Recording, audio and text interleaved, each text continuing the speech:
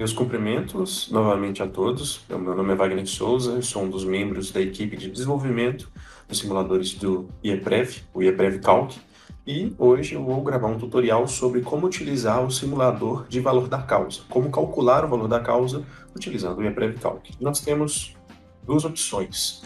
A gente pode utilizar um benefício que já foi calculado no simulador de concessão de benefício, ou podemos ir no menu lateral e inserir manualmente as informações. O natural seria primeiro calcular o valor da renda mensal inicial e, posteriormente, exportar este valor para o cálculo de valor da causa. E como isso pode ser feito? Aqui eu estou na última etapa do cálculo do valor da renda mensal inicial para o segurado de teste de demonstração do simulador, né? E a gente tinha calculado um valor de renda mensal inicial de R$ 1.938,89. Então, o que eu posso fazer? O cálculo vai ser apresentado dessa maneira. Venho aqui em abrir, vamos ter as informações dos salários considerados, né, a memória de cálculo, e ao final desse demonstrativo do valor da causa, temos o botão exportar para valor da causa. Então, simplesmente clico aqui, já vai entrar no simulador de valor da causa. Aqui temos a página para inserção das informações do benefício devido. E como nós fizemos a exportação diretamente do simulador de concessão de benefício, a gente já vai ter algumas informações pré-preenchidas, como a data de início do benefício, a data de início do pagamento, que normalmente são coincidentes, e o valor da renda mensal inicial. Vou acrescentar as outras informações que são obrigatórias para que seja possível a realização do cálculo. A espécie de benefício, vou selecionar aqui a aposentadoria por invalidez ou por incapacidade permanente. Se eu tiver o número do benefício, eu posso inserir aqui também. Não é obrigatório, é apenas para identificação, né? Para facilitar o trabalho do advogado. Se houver um benefício anterior concedido e este benefício que está sendo discutido neste momento seja resultado da conversão deste benefício anterior, por exemplo, uma aposentadoria por incapacidade permanente precedida de uma aposentadoria, de um auxílio por incapacidade temporária. Aqui eu insiro a data de início do benefício anterior, de modo a permitir que o reajuste do benefício discutido neste momento, administrativamente, o reajuste administrativo, na verdade, ele seja feito de maneira correta. Coloco aqui a data final dos atrasados, que tem que ser uma data anterior ou, no máximo, igual à data em que o cálculo está sendo elaborado. Vou colocar aqui dia 15/9/2024. Menos para fins de demonstração do funcionamento da ferramenta também, vou colocar aqui uma data mais anterior. Vou colocar 1/3/2024. E a mesma coisa aqui na data de início do pagamento. Se eu quiser aplicar o adicional de 25% no valor do benefício, resultado da grande invalidez, né, da necessidade de assistência permanente de terceiros, eu clico em sim, nessa opção. E se eu quiser inserir aqui parcela de recuperação, eu também clico em sim. Não é o caso aqui, nessa hipótese que nós estamos simulando, né? E aqui temos a opção de inserir o índice de limitação no teto. Esse índice de limitação no teto, ele deve ser aplicado, ele corresponde à diferença percentual entre o valor que a renda mensal inicial teria e o valor do teto do benefício quando o valor da renda mensal inicial for superior ao teto. Então vamos supor que em algum momento fosse possível isso, um benefício com valor de renda mensal inicial de R$ 8.000. O teto atualmente é de R$ 7.786,02. Então, como necessariamente haveria uma redução do valor da renda mensal inicial para ficar limitado ao teto, no reajuste administrativo seguinte, essa diferença deve ser recomposta. Eu faria a divisão, encontraria qual foi a defasagem percentual do benefício em razão da limitação ao teto e inseriria essa informação. Eu estou discutindo aqui, neste caso, um benefício de R$ 1.938,89, então bem menor do que o teto atualmente vigente. Então não é o caso de aplicar o índice de limitação no teto. Se eu quiser que o valor da renda mensal seja inferior ao salário mínimo, eu marco essa caixinha, mas ela vai ser mais aplicável quando a gente estiver tratando de um auxílio acidente. Se eu quiser calcular o 13º no último ano do cálculo, eu também insiro essa caixinha.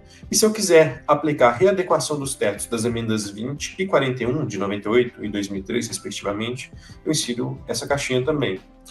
Mas não é o caso aqui. Eu estou falando de um benefício que tem a data de início em 2024. Então, não faz sentido, neste caso, inserir. Mas se for o seu caso, só marcar essa caixinha que o simulador já vai calcular isso também. Clico em adicionar benefício. Então, uma parte das informações necessárias para o cálculo deste benefício já está aqui, né? O que eu preciso colocar aqui? Preciso colocar o número do processo, se eu tiver, eu posso colocar ou não.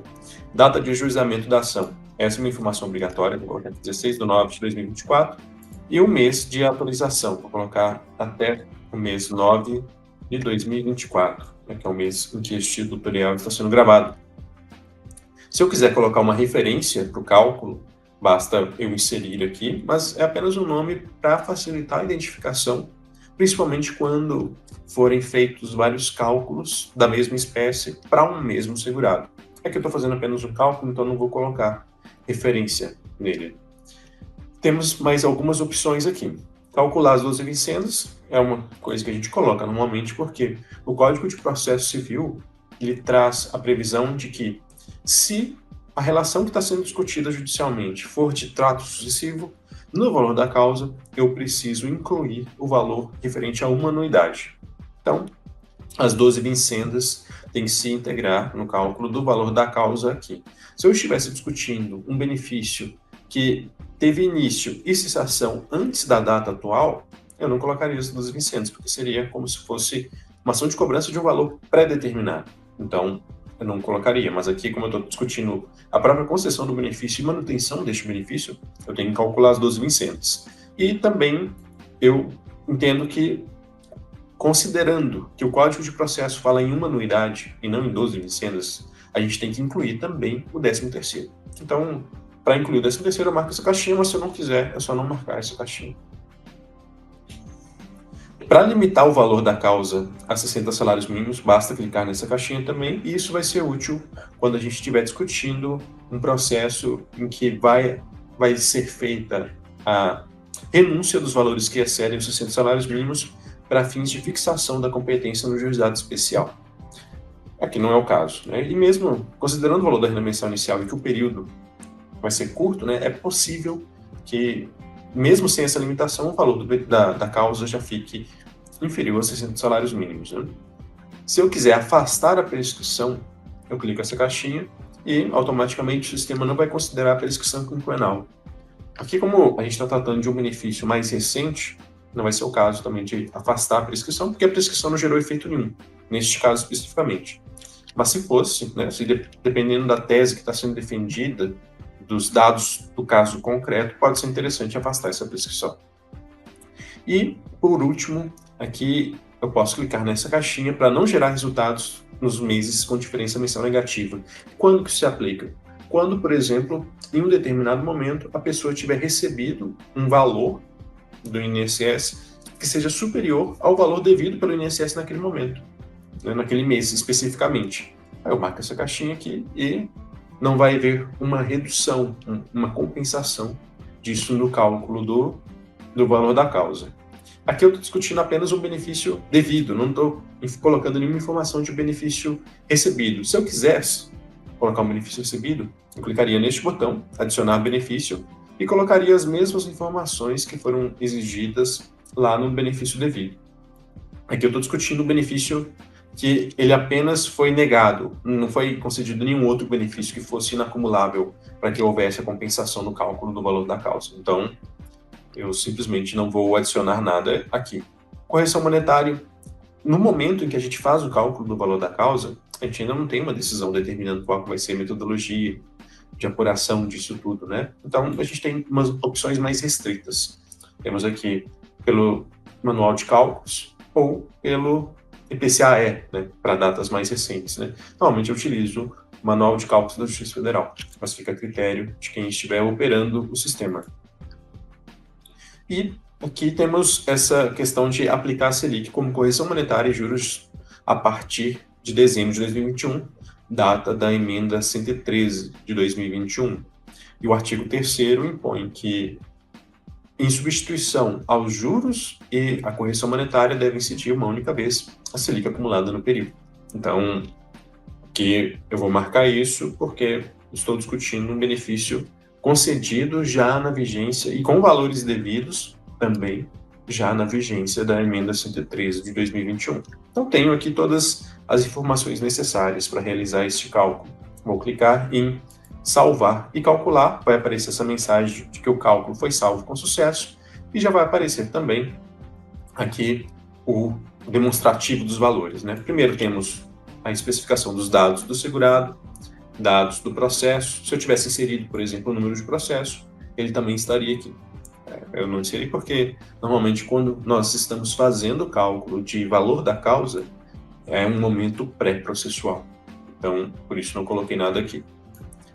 Temos as informações de benefício devido. Se houvesse informação de benefício recebido, a gente teria uma outra tabela aqui também, demonstrando tudo isso.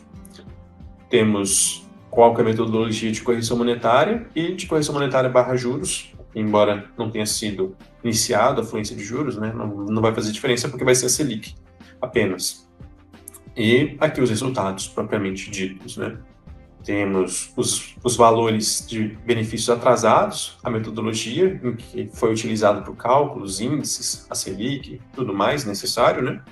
E as conclusões relacionadas à determinação do valor da causa. Aqui nós temos a diferença corrigida dos atrasados em 12.602,79 e a Selic acumulada sobre todas essas parcelas de 349,58. Isso até o momento em que o cálculo está sendo feito, né?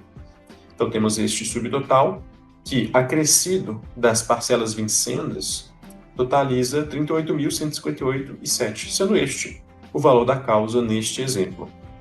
Se eu quiser gerar um relatório, um PDF, para instruir este processo, ou para entregar para o cliente, né, como for mais conveniente para o advogado, basta clicar nesta caixinha e imprimir, que vai ser gerado um arquivo em formato PDF, para que seja salvo ou impresso, como eu disse. E sobre a utilização do simulador de cálculo do valor da causa, são essas informações que eu tenho para passar hoje. Se houver alguma dúvida, podem ficar à vontade para entrar em contato com a equipe do IEPREV, com o setor de suporte, que eu tenho certeza que tudo vai ser sanado. Muito obrigado!